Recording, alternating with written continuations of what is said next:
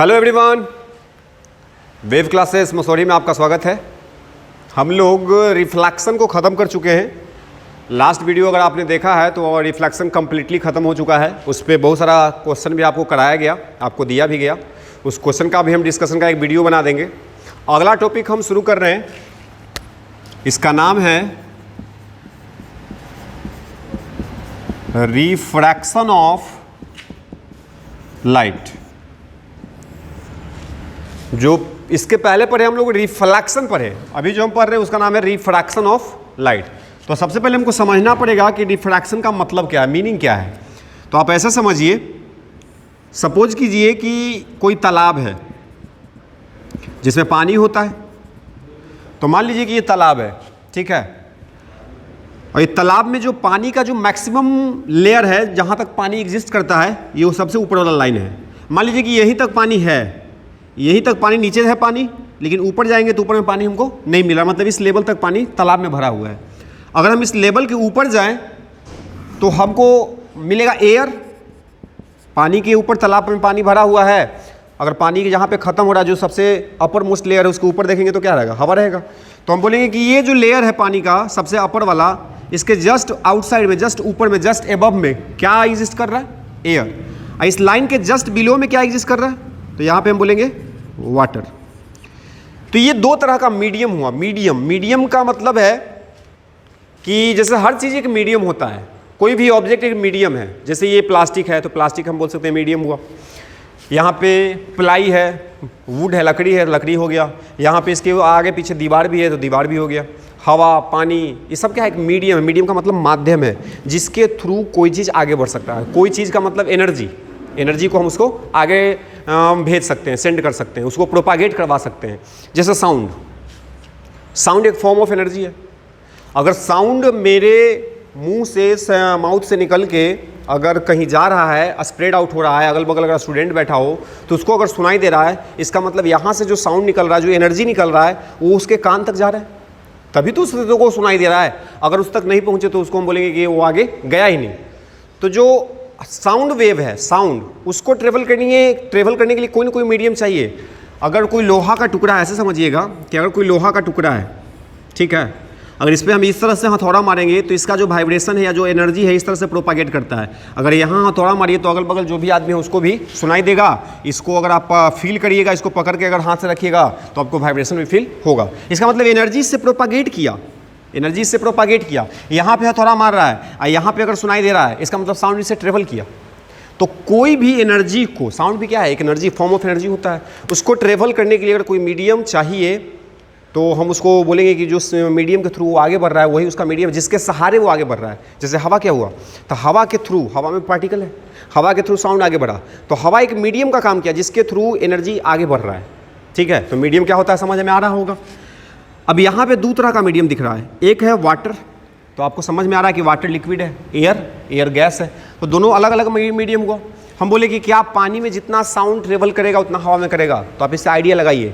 तो नहीं, पानी के अपेक्षा साउंड का जो इंटेंसिटी होगा, जो ट्रेवल करने का स्पीड होगा, वो एयर में और वाटर में दोनों का अलग अलग वैल्यू होगा। इसमें ज़्यादा होगा, इसमें कम होगा, ऐसा पॉसिबल है। इसमें कम होगा, इसमें ज़्यादा है, ये भी पॉसिबल है, ठीक है। तो उसके प्रॉपर्टी पे हम डिस्कस करेंगे कि किसमें ज़्यादा होता है, किसमें कम होता है, तो हमको पता चलेगा। फिलहाल हमको क्या समझना है कि हम समझ रहे हैं रिफ्रैक्शन ऑफ लाइट। तो रिफ्रैक्शन ऑफ लाइट में हमको क्या समझ में आया, यहाँ पे एक सिचुएशन क्रिएट किए कि रिफ्रैक्शन को समझना है तो एक सिचुएशन को समझिए। सिचुएशन में एक तालाब लिया गया, तालाब में एक लेवल तक पानी भरा हुआ है और इस लेवल के ऊपर में क्या है, एयर है। तो हम यहाँ समझे कि एयर और वाटर क्या है, तो इसको बोले कि मीडियम है। जैसे अभी लोहा का एग्जाम्पल लिए थे कि लोहा में साउंड ट्रेवल कर रहा है, इसमें भी हम लाइट को ट्रेवल करवाने वाले हैं। लाइट अगर एयर में जा रहा है तो हम बोलेंगे कि लाइट किस मीडियम में ट्रेवल किया, तो बोलेंगे एयर। लाइट अगर वाटर में जा रहा है तो बोलेंगे वाटर। अगर कांच में जा रहा है, ग्लास में जा रहा है तो बोलेंगे ग्लास। अब यहाँ पे देखिए कि यही लाइन था जिसके बारे में बोला गया कि दो मीडियम को सेपरेट कर रहा है। इसके जस्ट ऊपर में हवा है, इसके जस्ट नीचे में पानी है, ठीक है। तो दो मीडियम को क्या किया, सेपरेट किया। इसको बोलते हैं जो सेपरेट करता है, जिस सरफेस से मीडियम सेपरेट होता है, इस सरफेस का नाम होता है इंटरफेस। कोई पूछे इंटरफेस क्या है, तो हम बोलेंगे कि it is a surface which separates two medium. जो दो मीडियम को सेपरेट करता है उसको हम इंटरफेस कहते हैं। अब यहाँ से अगर हम इंटरफेस पे एक नॉर्मल ड्रॉ करें, 90 डिग्री पे एक लाइन ड्रॉ करें, तो 90 डिग्री पे अगर किसी सरफेस पे लाइन ड्रॉ करते हैं तो इसको बोला जाता है नॉर्मल। ये क्या कहलाएगा? नॉर्मल। ठीक है, तो नॉर्मल समझ आ गया, इंटरफेस समझ में आ गया, मीडियम समझ में आ गया। हम सबको समझ रहे इसलिए रहे हैं कि हमको रिफ्लेक्शन समझना है। अब सुनिएगा, रिफ्लेक्शन पे आते हैं। क्या बोलता है कि जब लाइट एक मीडियम से, मान लीजिए कि इस तरह से लाइट इंसिडेंट किया है, तो किस मीडियम से लाइट आ रहा है? एयर से।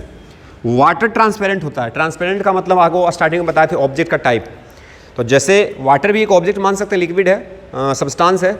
अब वाटर का प्रॉपर्टी क्या है कि इसमें आर पार दिखता है। आर पार दिखता है का मतलब वो ट्रांसपेरेंट है, हम इधर से उधर आप देख सकते हैं अगर पानी क्लियर है तो लाइट जैसे जा रहा है तो लाइट ट्रांसपेरेंट मीडियम में ट्रेवल तो करता है, तो इस लाइट को जाना चाहिए था इस मीडियम में भी, ऐसे जो डॉटेड लाइन से दिखाया जा रहा है ऐसे इसको निकलना चाहिए था स्ट्रेट लाइन में, क्योंकि लाइट का प्रॉपर्टी कहता है कि light travels in straight line. लेकिन प्रैक्टिकली देखा क्या गया कि जब लाइट एयर से वाटर में गया है तो ये लाइट अपने ओरिजिनल पथ से डेविएट हो गया है। जो इसका ओरिजिनल पथ था, इस पे जिस पे जाना चाहिए था, ओरिजिनल पथ हम यही बोलेंगे कि जो स्ट्रेट लाइन वाला है इसका ओरिजिनल पाथ है। लेकिन देखा क्या गया कि जब लाइट एयर से वाटर में इंटर कर रहा है तो जो इसका ओरिजिनल पाथ है इससे डेविएट होता है, और डेविएशन किधर दिखने को मिला? तो टूवर्ड्स नॉर्मल। देखिए ये नॉर्मल है तो जाना चाहिए था ऐसे, और जा रहा है और नीचे से, तो नॉर्मल की तरफ ये झुक गया। पहले देखिए एंगल ये बनना था नॉर्मल के साथ, ये एंगल बड़ा है और यहाँ से इतना एंगल बना के गया। ये वास्तविक चीज़ है, रियलिटी है। रियलिटी में यहाँ से गया है, ये वर्चुअलिटी हम दिखाए कि इसका प्रीवियस पाथ जो ओरिजिनल पाथ हो इस तरह से होना चाहिए था, लेकिन गया कैसे? नीचे से। तो यहाँ पे हमको क्या दिखा कि जो लाइट रे है ये बेंड किया है, तो बेंड किधर किया? Towards the normal. ठीक है, इसके उल्टा सिचुएशन अगर हम लें, अगर कोई, देखिए इसी फिगर में या यहाँ पे हम बना देते हैं, सेम सिचुएशन है, नीचे वाटर है और ऊपर में एयर है और ये नॉर्मल का काम करेगा। अब अगर लाइट यहाँ से हम इंटर करवाएं, पानी में से लाइट को बाहर निकाला जा रहा है, अगर लाइट यहाँ से बाहर निकलेगा तो इसको फिर से कायदे से बाई रूल इसको चलना चाहिए था स्ट्रेट लाइन। लेकिन यहाँ पे क्या ऑब्जर्व किया गया कि लाइट नॉर्मल से अवे फ्रॉम टू क्या कर रहा है? मूव कर रहा है, या उसको बोल सकते हैं डेविएट कर रहा है। जब लाइट वाटर से एयर में ले जाया गया तो इसको चलना चाहिए था फिर से स्ट्रेट लाइन। लेकिन प्रैक्टिकली क्या ऑब्जर्वेशन हुआ कि जो लाइट रे है वो नॉर्मल से अवे डेविएट हुआ है, या बोल सकते हैं कि बेंड हुआ है। ये नॉर्मल है हमारा, तो जाना चाहिए था ऐसे, अच्छा लग गया नीचे से, तो नॉर्मल से दूर जा रहा है। अवे का मतलब क्या होता है? दूर जा रहा है। अब ये दोनों सिचुएशन को हम समझ के रिफ्रैक्शन को हम डिफाइन कर सकते हैं। क्या बोलना है? रिफ्रैक्शन इसी फेनोमेना का नाम है। क्या है कि when a light ray incident on the surface of interface, या on the directly interface बोल सकते हैं, when light ray incident on interface then it passes through another medium and it deviates from original path। अपना original path से ये deviate हो जाता है, तो इस फेनोमेना का नाम होता है रिफ्रैक्शन ऑफ लाइट। फिर से बोल देते हैं, when light incident on interface then it goes या it passes another medium and it deviates from its original path, then this phenomena is called as refraction। इसमें हम ये भी बोल सकते हैं कि when, ऐसे बोल देना, हम लिख देते हैं when light rays passes or travels or propagates from one medium to another medium, when light rays passes from one medium to another medium it deviates from its original path, this phenomena is called as refraction. क्या बोले इस statement के through? पहला बार में क्या समझा कि when light ray incident on interface then it passes through, या पासेज थ्रू, हाँ ठीक है बोल सकते हैं, then it passes through another medium and it's deviate from its original path. मतलब जब लाइट इंटरफेस से किसी दूसरे मीडियम में पास करता है तो अपने जो पहला वाला जो पाथ था उससे वो मुड़ जाता है। इस फिनोमेना का नाम है रिफ्रैक्शन। या ऐसे बोल सकते हैं when light rays passes from one medium to another medium, when light rays passes from one medium to another medium, जब लाइट एक मीडियम से दूसरे मीडियम में पास करता है then it deviates from its original path, then तब क्या होता है कि अपना जो ओरिजिनल पाथ है इसका, उससे ये मुड़ जाता है। इसको भी हम क्या बोल सकते हैं कि रिफ्लेक्शन ऑफ। बोलने का तरीका अलग अलग है, आप कुछ भी बोलो, सीधा सीधा बोलो कि जब लाइट एक मीडियम से दूसरा मीडियम में जाएगा तो इस फिनोमेना का नाम क्या होगा, रिफ्रैक्शन, एक लाइन का। बाकी डेफिनेशन अगर आपको याद करना है या लिखना है तो आप यहाँ से लिख सकते हैं, या अपने मन से कुछ भी बना सकते हैं, जो हो रहा है उसको लिख देना है।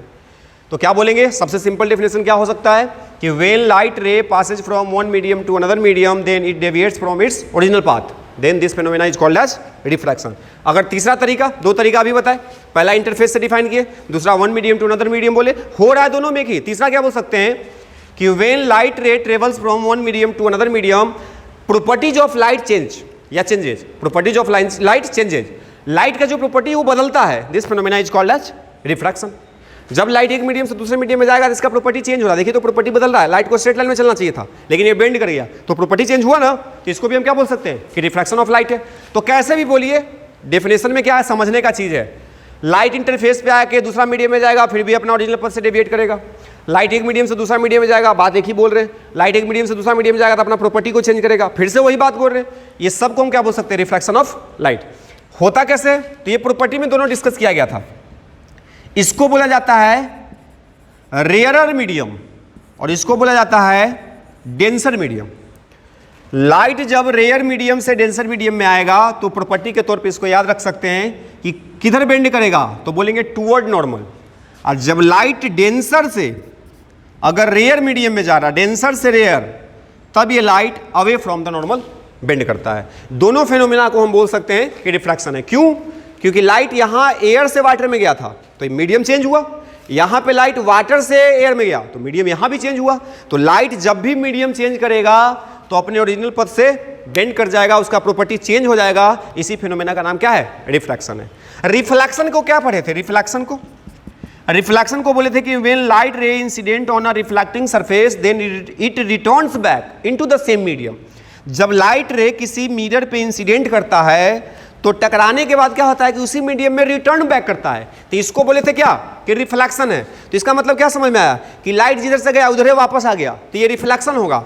लेकिन लाइट गया उधर चल गया वापस नहीं आया, अगर ये नीचे आ जाता तो इसी का नाम है रिफ्रैक्शन। अब बताओ कि अगर ये रंगा हुआ नहीं है, मान लेते हैं कि केवल ग्लास है, कांच का एक टुकड़ा है, तो ये ट्रांसपेरेंट होगा। अगर इसमें हम लाइट को पास कराएंगे तो कुछ पार्ट तो इसका रिफ्लेक्ट भी होगा, कुछ इसका पार्ट रिफ्रैक्ट भी होगा। तो यहां पे जो नीचे गया है इस फेनोमेना का नाम है रिफ्रैक्शन, और जो ऊपर जा रहा है इसको बोलते हैं रिफ्लेक्शन। तो हम उम्मीद करते हैं कि आपको रिफ्रैक्शन का नॉलेज हो गया होगा कि एक्चुअली में रिफ्रैक्शन क्या चीज़ है। तो रिफ्रैक्शन कुछ नहीं है, जब भी लाइट अपना मीडियम चेंज करके दूसरे मीडियम में ट्रेवल करता है तो इस फेनोमेना का नाम होता है रिफ्रैक्शन ऑफ लाइट। तो चलिए, रिफ्रैक्शन तो समझ में आ गया सर, आगे बढ़ते हैं।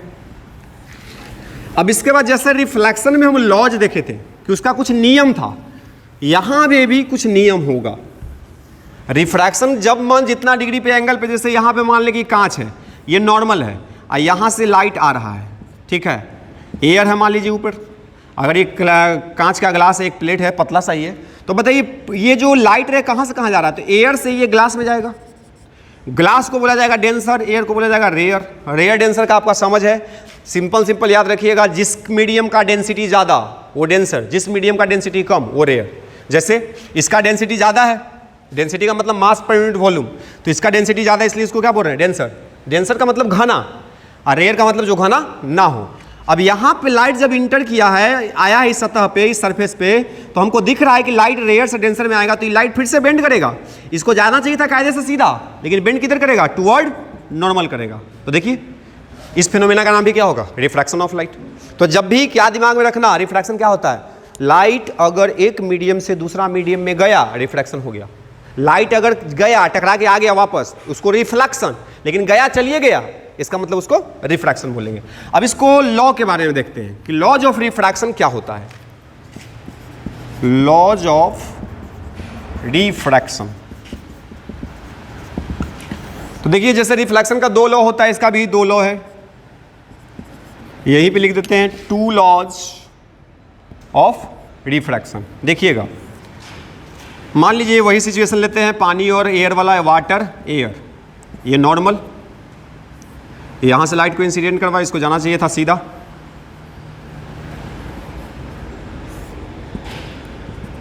लेकिन बेंड करेगा इधर, ये है हमारा इंटरफेस। इंटरफेस किसको बताए? जो सरफेस को, जो मीडियम को बांटता है, जो मीडियम को अलग अलग कर देता है, सेपरेट कर देता है, उसको हम क्या बोलते हैं? इंटरफेस। इंटरफेस पे जो 90 डिग्री बनाए इसको नॉर्मल। ये इंसिडेंट रे, इसको बोलेंगे रिफ्रैक्टेड रे। रिफ्रैक्टेड रे, इसको बोलेंगे इंसिडेंट रे। सब कुछ क्लियर हो रहा है? अब यहाँ से देखिए, इंसिडेंट रे नॉर्मल के साथ जो एंगल बनाया, एंगल ऑफ इंसिडेंस। और रिफ्रैक्टेड रे नॉर्मल के साथ जो एंगल बनाएगा, इसको बोलते हैं एंगल ऑफ रिफ्रैक्शन। क्या बोलेंगे? Angle of refraction. और यहां पे जो ये एंगल बन रहा है, ये वाला, ये एंगल कौन सा है? तो ये इंसिडेंट रे के डायरेक्शन से बना है। इंसिडेंट रे ऐसा चल रहा था और अपना इंसिडेंट रे यहां से चलना चाहिए था, लेकिन मुड़ के इधर आ गया है। यही ना हुआ है, ये एंगल बन रहा है। तो हम क्या बोलेंगे? इसको लिखते हैं डेल्टा। डेल्टा क्या है? तो डेल्टा को बोला जाता है angle of deviation. Angle of deviation किसको बोलेंगे? सीधा सीधा बोल दीजिएगा, एंगल बिटवीन इंसिडेंट रे, ये इंसिडेंट रे का डायरेक्शन है, angle between incident ray and refracted रे is called angle of deviation. तो एंगल ऑफ डेविएशन से कभी कभी छोटा छोटा ये वाला एंगल दे देगा, कुछ कुछ दे देगा, आपको ये पूछेगा कि ये वाला फाइंड कीजिए। क्या क्या दे देगा जब हम आगे डिस्कस करेंगे तब आपको हम बता सकते हैं, अभी नहीं सब कुछ बता सकते हैं। तो ये डेल्टा क्या होता है फिलहाल क्लियर है? डेल्टा को बोलते हैं एंगल ऑफ डेविएशन। इसको फाइंड करने का हम तरीका देखेंगे आगे। अब इसका लॉ पे बात करते हैं। पहला लॉ देखिए, यहाँ पे लिखते हैं इंसिडेंट रे, नॉर्मल, रिफ्रैक्टेड रे, तीनों बोर्ड के प्लेन में, तो हम क्या बोल देंगे? सेम प्लेन में। या बोल सकते हैं कि तीनों एक ही पॉइंट पे। जो पहला लॉ रिफ्लेक्शन में था, सेम सेम, बस अंतर क्या आएगा? रिफ्लेक्टेड की जगह क्या बोलना है? Refracted. Incident ray normal, incident ray normal and refracted रे all lie at one point. एक पॉइंट पे लाई कर रहा है, सीधा सीधा एकदम बात है, बिल्कुल आसान आसान। सेकेंड लॉ क्या कहता है? सेकेंड लॉ सुनिएगा, यहां पे लिखते हैं एंगल ऑफ, देखिए क्या बोलता है? The ratio of sine of angle of incidence. The ratio of sine of, sine का मतलब sine theta, the ratio of sine of angle of incidence मतलब साइन आई। किसका रेशियो? साइन आई और साइन आर। डायरेक्टली आप बोल रहे हैं sign आई और साइन आर, ये दोनों का जो रेशियो होता है, इसको बोला गया कि कांस्टेंट है। किसी भी दो दिया गया मीडियम के लिए ये कांस्टेंट होगा हमेशा। अब यहीं से क्वेश्चन उठता है कि आखिर ये कांस्टेंट क्या है, कहां से आया, कैसे आया? क्या बोला कि for any given two medium, किसी भी दिया गया दो मीडियम के लिए, the ratio of sine of angle of incidence, the ratio of sine of angle of incidence to the sine of angle of refraction is always constant. ये हमेशा constant होगा। अभी कांस्टेंट क्या आएगा, कैसे आएगा, इसके बारे में हमको समझ होना चाहिए, तभी हम आगे बढ़ सकते हैं। तो इस कांस्टेंट को खोजने के लिए हमारा जो नेक्स्ट टॉपिक बनेगा, इसको बोला जाता है रिफ्रैक्टिव इंडेक्स। रिफ्रैक्टिव इंडेक्स हमारा ये नेक्स्ट टॉपिक है। ये समझ लीजिए कि यही पे टॉपिक चलने वाला है। अगर आपको रिफ्रैक्शन का अच्छा नॉलेज चाहिए, अगर रिफ्रैक्शन आपको अच्छे से समझना है, इस पे क्वेश्चन आपको करना है, कोई भी क्वेश्चन बचना नहीं चाहिए, सब क्वेश्चन आपसे बन जाना चाहिए, तो आप याद रखिए कि रिफ्रैक्शन आपको तभी पूरा 100% समझ में आएगा जब आप रिफ्रैक्टिव इंडेक्स को अच्छे से समझते हैं। रिफ्रैक्टिव इंडेक्स को अच्छे से समझ जाइएगा, रिफ्रैक्शन आपका बिल्कुल क्लियर रहेगा, किसी भी एग्जाम में आप सवाल बना सकते हैं। अगर रिफ्रैक्टिव इंडेक्स समझने में कोई प्रॉब्लम है, फिर तो रिफ्रैक्शन नहीं चलेगा। तो चलिए आज के इस वीडियो में आप रिफ्रैक्शन और लॉज ऑफ रिफ्रैक्शन को एक बार वॉच कर लीजिए। देखिए कुछ दिक्कत क्या होता है कि हम बेसिक से पढ़ा रहे हैं, तो कुछ स्टूडेंट को ऐसा लगता होगा कि ये सब तो हम जानते हैं सर। तो जानते हैं तो ठीक बात है, उसको डबल स्पीड में आप यूट्यूब में देखिएगा, डबल स्पीड आता है, 1.5 स्पीड आता है, 1.25 स्पीड आता है। स्पीड को थोड़ा आप तेज करके भी इसको देख सकते हैं, ताकि कुछ एक आध पॉइंट ऐसा हो जो हमको पहले से ना पता हो, अगर इस वीडियो में बताया गया तो उसको सीख ले। कोई भी वीडियो को बिना आवाज़ किए छोड़ना नहीं है, ठीक है? अगर बिना आवाज़ किए छोड़ रहे हैं तो आपको धीरे धीरे आदत पड़ता जाएगा, आप फिर ढंग से पढ़ाई आपका कंप्लीट नहीं होगा। तो हम उम्मीद करते हैं कि रिफ्रैक्शन, लॉज ऑफ रिफ्रैक्शन, इसको आप कवर कीजिएगा। नेक्स्ट टॉपिक में हम बात करेंगे रिफ्रैक्टिव इंडेक्स। Thank you.